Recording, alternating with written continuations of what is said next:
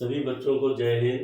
आज मैं आपको क्लास 10th का चैप्टर 7 कोऑर्डिनेट ज्योमेट्री बताने जा रहा हूँ और आज इसका मैं आपको इंट्रोडक्शन बताऊंगा। तो इसका इंट्रोडक्शन देखते हैं कि ये क्या इसका इंट्रोडक्शन है। अब 9th क्लास में हमने चैप्टर कर रखा है और 9th क्लास में भी यही हमारा चैप्टर का नाम है कोऑर्डिनेट ज्योमेट्री। उसमें हमने क्या किया था, पॉइंट्स को प्लॉट करना सीखा था कि कोई भी हमारा पॉइंट से कोई भी हमारा उस पॉइंट के जो कोऑर्डिनेट हैं उनको हमें कैसे, जो हमारा कार्टेशियन प्लेन दे रखा होता है उसमें हम किस तरीके से प्लॉट करते हैं। तो यहाँ पे क्या है कि हमें जो 10th क्लास में जो हमें पढ़ना है, इसमें हमें पॉइंटों के बीच की डिस्टेंस निकालना पड़ना है। तो यहाँ पे थोड़ा सा हम देखते हैं कि इस चैप्टर का नाम क्या है, कोऑर्डिनेट ज्योमेट्री। तो कोऑर्डिनेट हमारे क्या होते हैं, जहाँ पे एक्स और वाई दोनों की ही वैल्यूज या दोनों की जो डिस्टेंसेज होती है वो एक साथ होती है, तो फिर वो हमारा क्या बन जाता है, कोऑर्डिनेट बन जाता है। अब ज्योमेट्री का मतलब क्या होता है कि ये जो हमारा कार्टेशियन प्लेन होता है, जिसे हम 2D प्लेन या कोऑर्डिनेट एक्सेस भी हम बोलते हैं, तो उसमें हमें क्या करना है, कोऑर्डिनेट को कैसे प्लॉट करना है, तो वो हमारा पूरा बन जाता है कोऑर्डिनेट ज्योमेट्री। तो अब हमें क्या करना है कि ये जो हमारे कोऑर्डिनेट होते हैं इनको, इनके बीच की डिस्टेंस कैसे निकालते हैं। तो थोड़ा सा यहाँ पे आप देखो, मैं आपको क्या बताने जा रहा हूँ।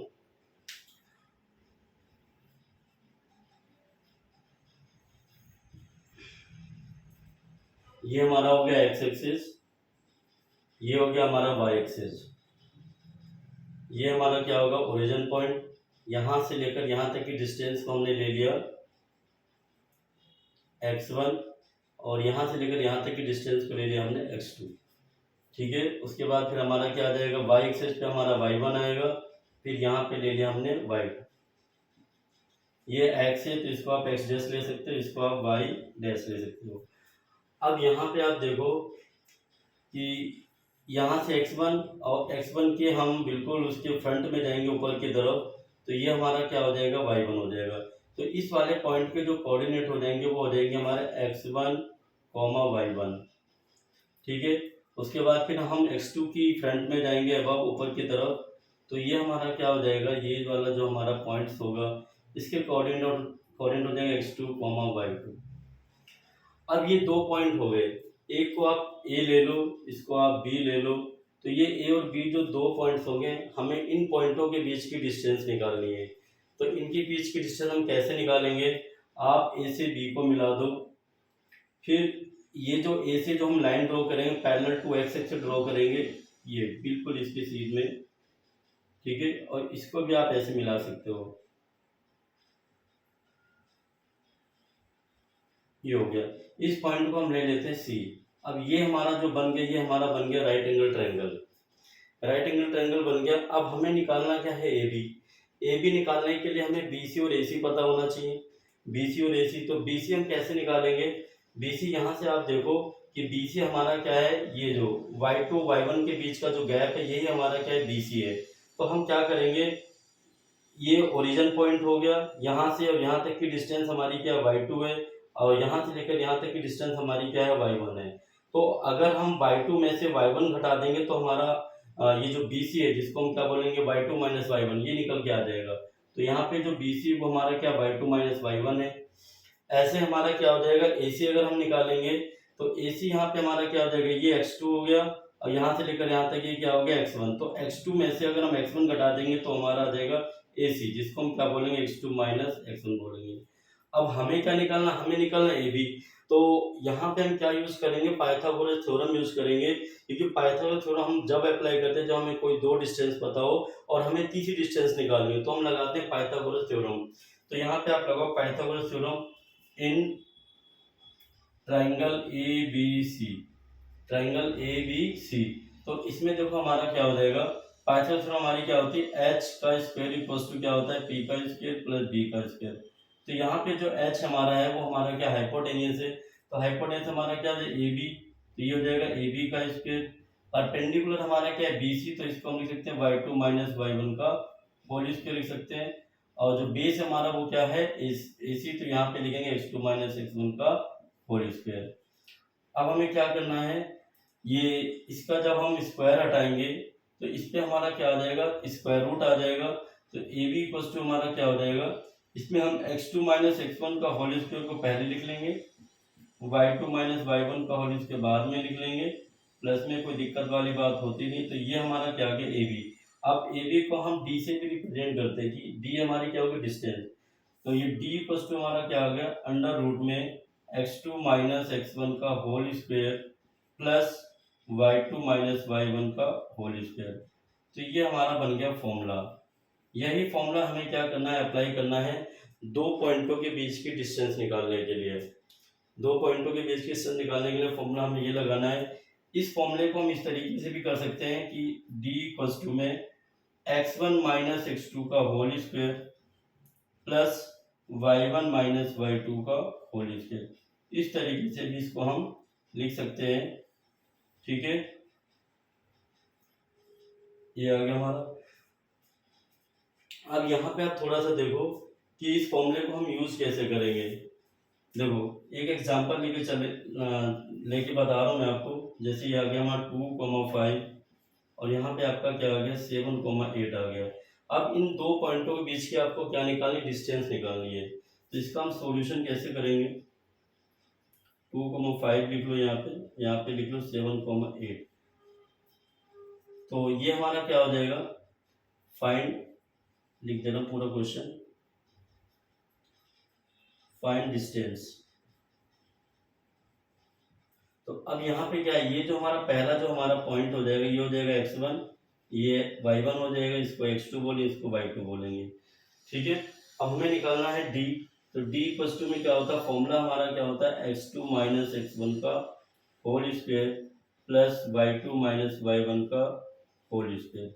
अब यहाँ पे हमारा क्या हो जाएगा x2 हमारा क्या हो जाएगा 7 माइनस 2 का होल स्क्वायर प्लस y2 हमारा क्या हो जाएगा 8 माइनस 5 का होल स्क्वायर। तो ये हमारा कितना आ जाएगा 7 में से 2 जाएगा 5, 5 का स्क्वायर आ जाएगा, 8 में से 5 का कितना बचेगा हमारा 3 का स्क्वायर आ जाएगा। 5 का स्क्वायर हमारा क्या होता है 25, 3 का स्क्वायर हमारा क्या होता है 9, ये हमारा क्या हो जाएगा अंडर रूट में 34। अब यहाँ पे कुछ मीटर सेंटीमीटर नहीं दे रखा है तो हम यहाँ पे लिखेंगे यूनिट्स। तो ये फाइनली हमारा क्या आ गया दो पॉइंटों के बीच की डिस्टेंस आ गई। ठीक है, इस तरीके से हमें क्या करना है इस फॉर्मूले का यूज करना है। चाहे आप इस फॉर्मूले का यूज करो चाहे इस फॉर्मूले, कोई फर्क नहीं पड़ता है, दोनों से वैल्यू जो आपकी आएगी वो सेम आएगी। अब मैं आपको नेक्स्ट बताने जा रहा हूँ कि अगर आपको एक पॉइंट दे रखा और ओरिजिन से उस पॉइंट की डिस्टेंस पूछी जाए तो वो हम कैसे निकालेंगे। उसके लिए भी हमारा एक फॉर्मूला है, यहाँ पे आप देख सकते हो।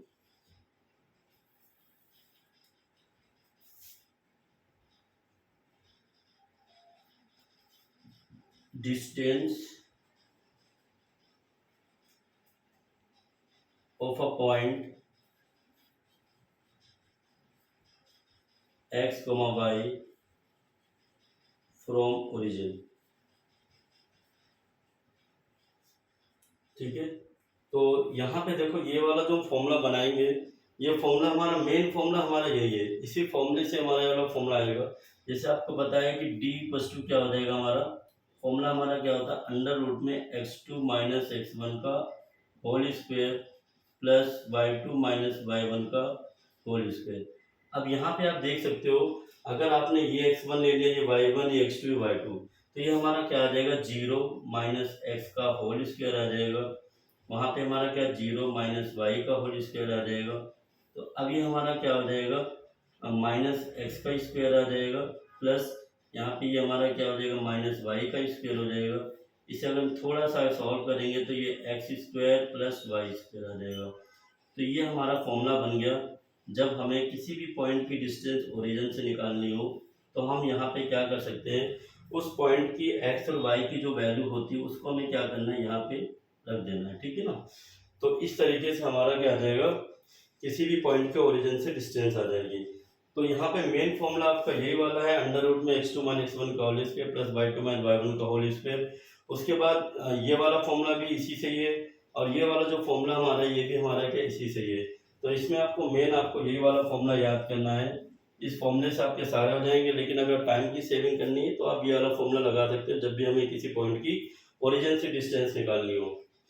अब यहाँ पे देखो क्या है कि हमें ये प्रूव करने के लिए आता है कि ये कोई भी आपके पॉइंट्स दे रखे हैं, किसी भी कोऑर्डिनेटर के पॉइंट्स दे रखे हैं, तो हमें ये प्रूव करना है कि वो जो पॉइंट्स हैं या जो वो हमारे वर्टिसेज हैं क्या वो वर्सेज हमारे किस क्वाड्रिलेटरल के हैं, मतलब रेक्टेंगल के हैं, स्क्वायर के हैं, या हमारे पैरेललोग्राम के हैं।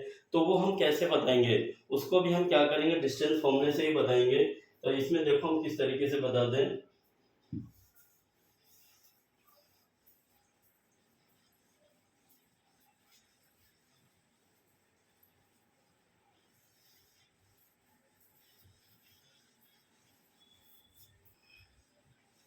देखो अब आपको जैसे आपको क्या बताना है, पैरेललोग्राम बताना है, पैरेललोग्राम।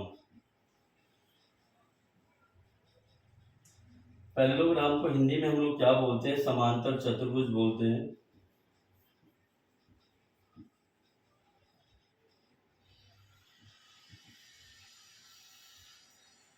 ठीक है, समांतर चतुर्भुज हमारा कुछ इस तरीके से होता है। इसे आप ए ले लो, इसको बी ले लो, इसको आप सी ले लो, इसको आप डी ले लो। इसमें क्या होती है, हमारे अपोजिट साइड्स क्या होती है, इक्वल होती है। आप इसको ए ले लो, इसको भी ए ले लो, ये बी ले लो और ये बी ले लो। तो हमें इसमें क्या होगा, अगर हमें जैसे आपको ए दे रखा है, बी सी डी, ये चार आपके क्या दे रखे हैं, वर्ड से दे रखे हैं। और हमें ये बताना है कि क्या ये वर्सेज हमारे पैरेललोग्राम के हैं कि नहीं है। तो पैरेललोग्राम के वर्सेज कब होंगे, जब हमारी अपोजिट साइड्स इक्वल होगी। ए बी इक्वल्स टू क्या होना चाहिए, डी सी होना चाहिए। ए डी इक्वल्स टू क्या होना चाहिए, बी सी होना चाहिए। और ये जो हमारे क्या होते हैं डायगोनल्स, ये डायगोनल्स ये हमारे इक्वल नहीं होने चाहिए। मतलब डायगोनल्स हमारे क्या होंगे, A C not equals to क्या होना चाहिए हमारा B D, A C not equals to B D. तब हम कह सकते हैं कि ये हमारा क्या है, पैरेललोग्राम है। ये हमारा क्या है, पैरेललोग्राम है। सेकंड हमारा क्या है, फर्स्ट हमारा ये हो गया, सेकंड क्या हमारा रेक्टेंगल। सेकंड क्या है हमारा रेक्टेंगल। इसको हिंदी में हम लोग क्या बोलते हैं, आयत। हिंदी में क्या बोलते हैं, आयत। तो इसके बारे में आपको पता होगा, ये ए हो गया, बी हो गया, सी, और ये हमारा क्या होगा, डी। इसका जो ईच एंगल होता है वो 90 डिग्री का होता है।